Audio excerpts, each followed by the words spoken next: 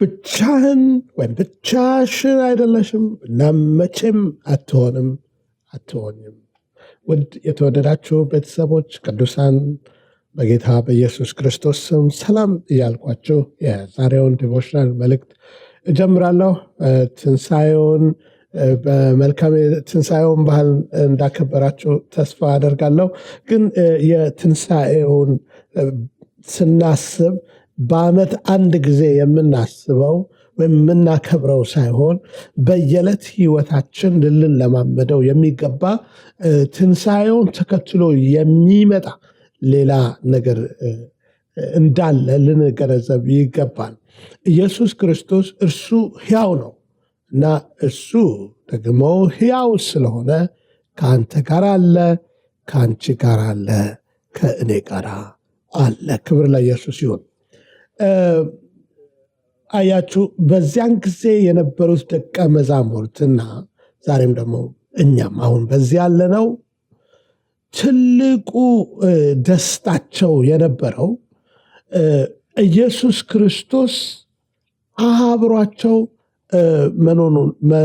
መኖሩ ነበረ። በማቴዎስ ወንጌል ምዕራፍ 28 ላይ ከቁጥር 19 እስከ 20 ሲናገር እንግዲህ ሂዱና አሕዛብን ሁሉ በአብ በወልድ በመንፈስ ቅዱስም እያጠመቃችኋቸው ያዘዝኳችሁንም ሁሉ እንዲጠብቁ እያስተማራችኋቸው ደቀ መዛሙርት አድርጓቸው። እነሆም እኔ እስከ ዓለም ፍጻሜ ድረስ ከእናንተ ጋር ነኝ።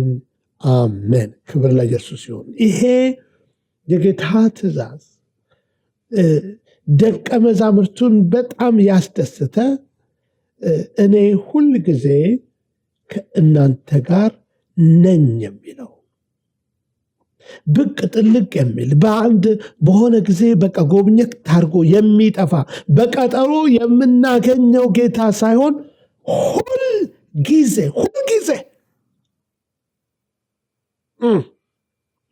የእርሱ መገኘት ከአንተ ጋር አለ፣ ከአንቺ ጋር አለ። ልክ እንደምንተነፍሰው አየር የማይታይ ነው አየሩ፣ ነገር ግን ሳንባችንን ሲሞላ ይታወቀናል። ጠዋት ያፈላነውን የቡና ሽታ በየቦታው ይዞት ሲሄድ ይታወቀናል ሽታው።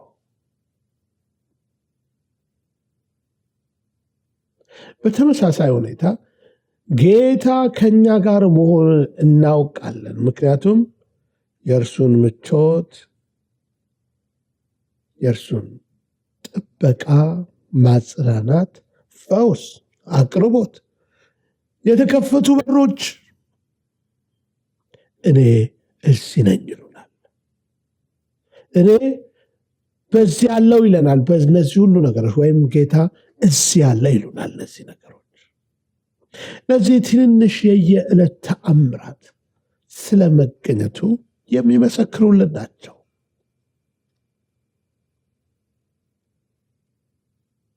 እውነተኛው ጀብዱ ወይም እውነተኛው ድንቅ ነገር የሚጀምረው በዚህ ግራ በገባ ዓለም ውስጥ ብቻዬን አይደለሁም የሚለውን መንፈስ ስንይዝ ጌታ ከኔ ጋር ነው፣ በኔ በኩል በኔ ውስጥ ሆኖ ሊሰራ ዝግጁ ነው የሚለውን ስንይዝ ልክ ጳውሎስ በሮሜ ምዕራፍ 15 ቁጥር 18 ላይ ክርስቶስ በእኔ ስላላደረገውና ስለ እርሱም ምንም ልናገር አልደፍርም ማለት፣ በእኔ ውስጥ ስላልሰራው ነገር ልናገር አልደፍርም፣ ግን በእኔ ስለሰራው ነገር እናገራለሁ። ጳውሎስ ጠዋት ከእንቅልፉ ነቅቶ ስለ ቀኑ ሲያቅድ ኢየሱስ ያደረገው ያለውን ነገር ወይም ሊያደርገው ያለውን ነገር ነው የሚጠይቀው። ዛሬ ጌታ ሆይ ይላል ጠዋት ተነስቶ፣ ቡናም ባይሆን የሚጠጣውን ወተት ይዞ ይሁን፣ ዛሬ ምን እያደረግን እንውላለን? ይሄ ግብዣ ለጳውሎስ ብቻ አይደለም። አብሮነቱ ከኔ ጋር ነው ብለን ለምናምን ሁሉ ጌታ ይህን ግብዣ ይሰጠናል። ጌታ ሆይ አብረን እንሄድ እንድንል፣ በእኔ በኩል ስራ፣ በእኔ ተናገር፣ ምራኝ፣ ዛሬን የእግዚአብሔር ድንቅ ቀን አድርገው ብለን ልንጋብዘው። የጥንቷ ቤተ ክርስቲያን ታምራትን እንደው በየቀኑ እንደ እስትንፋስ ወይም እንደሚጎነጭ ውሃ እንዲሁ ታምራትን ሲያዩ ነው ያሳለፉት። እነሱ ልዩ ጀግናዎች ሆነው አይደለም። የትንሣኤው ክርስቶስ እውነት ውስጥ በየቀኑ ስለሚኖር ነው በሱ መገኘት። እኛም እንዲሁ እንችላለን። የድፍረትን ጸሎት፣ ኮንፊደንስ ያለውን ጸሎት እንጸልይ። በድፍረት እንንቀሳቀስ ታምነን። ራሳችንን በቃል ውስጥ ስምት አድርገን እናጥፋው። ቃሉ ይሙላል። ኢየሱስ በእኛ በኩል እንዲንቀሳቀስ ወይም እንደሚንቀሳቀስ እንደሚሰራ እንጠብቅ። በማጠቃለያ የእግዚአብሔር ትልቁ ፍላጎት የእርሱን መገኘት ባንተ ባንቺ እውን ማድረግ ነው። እንደ ሩቅ ሐሳብ ሳይሆን እንደ ዕለታዊ ልምምድ። ብቻሽን አይደለሽም፣ ብቻህን አይደለም፣ መቼም አትሆኑ። ከሞት የተነሳው ጌታ ከእርሱ ጋር፣ ከአንቺ ጋር፣ ከአንተ ጋር ይሄዳል። ከእርሱ ጋር፣ ከአንቺ ጋር ወይም በአንቺ ውስጥ በአንተ ውስጥ ሆኖ ይናገራል። በእናንተ ውስጥ በኩል ይሰራል።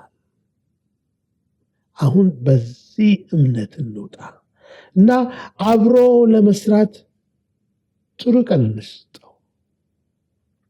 ሃሌሉያ። ሜቢ ኢየሱስ ክርስቶስን እንደዚህ ቅርብ ሆኖ ይገኛል ብዬ አላሰብኩም ነበርና ሕይወቴን ለሱ እሰጣለሁ ለምትሉ ሰዎች አጭር ጸሎት ብጸልዩ። ጌታ ኢየሱስ ና ወደ ሕይወቴ ግባ፣ ኃጢአቴን ሁሉ ይቅር በለኝ። ዛሬ የሕይወቴ ጌታና ዳኛ አድርጌ እቀበልሃለሁ። ስለ ሞትክልኝ አመሰግንሃለሁ። ደግሞም ከሙታን መነሳትን አምናለሁ። በኢየሱስ ክርስቶስ ስም አሜን። እንደዚህ ብላችሁ ጸልያችሁ ከሆነ ክርስቶስ በውስጣችሁ ከብቷል፣ ይኖራል ብዬ አምናለሁ። እግዚአብሔር የተመሰገነ ይሁን። ከመጨረሻ በፊት ይህን ዲቮሽን ልጸልይ እወዳለሁኝ። ይሄ አብሮ ያለንን ጌታ ከእናንተ ጋር አሁን እዚህ ከኔ ጋር ያለውን ጌታ ታምነን ሁለትም ሶስትም ሆናችሁ በተሰበሰባችሁበት እሱም በምንጠራበት በስሜ በተሰባሰባችሁ እኔ በዛ እገኛለሁ።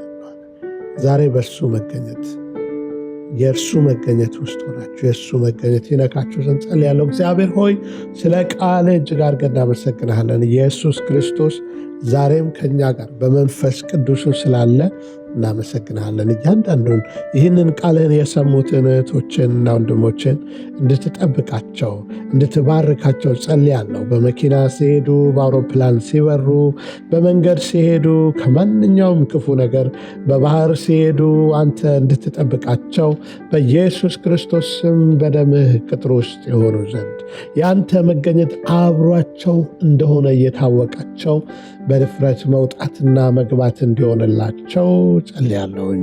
ሕመምና በሽታ በኢየሱስ ክርስቶስ ስም የተነሳ ይሆን ማንም የማይከፍተውን በር አንተ እንድትከፍትላቸው ብዙ ኦፖርቹኒቲዎች እንድትሰጣቸው በኑሯቸው መበልጸግ መከናወን እንዲሆንላቸው ልጆቻቸው እንድትባርክ ከክፉ ሁሉ እንድትጋርድ በጌታ በኢየሱስ ክርስቶስ ስም ጸልያለሁ።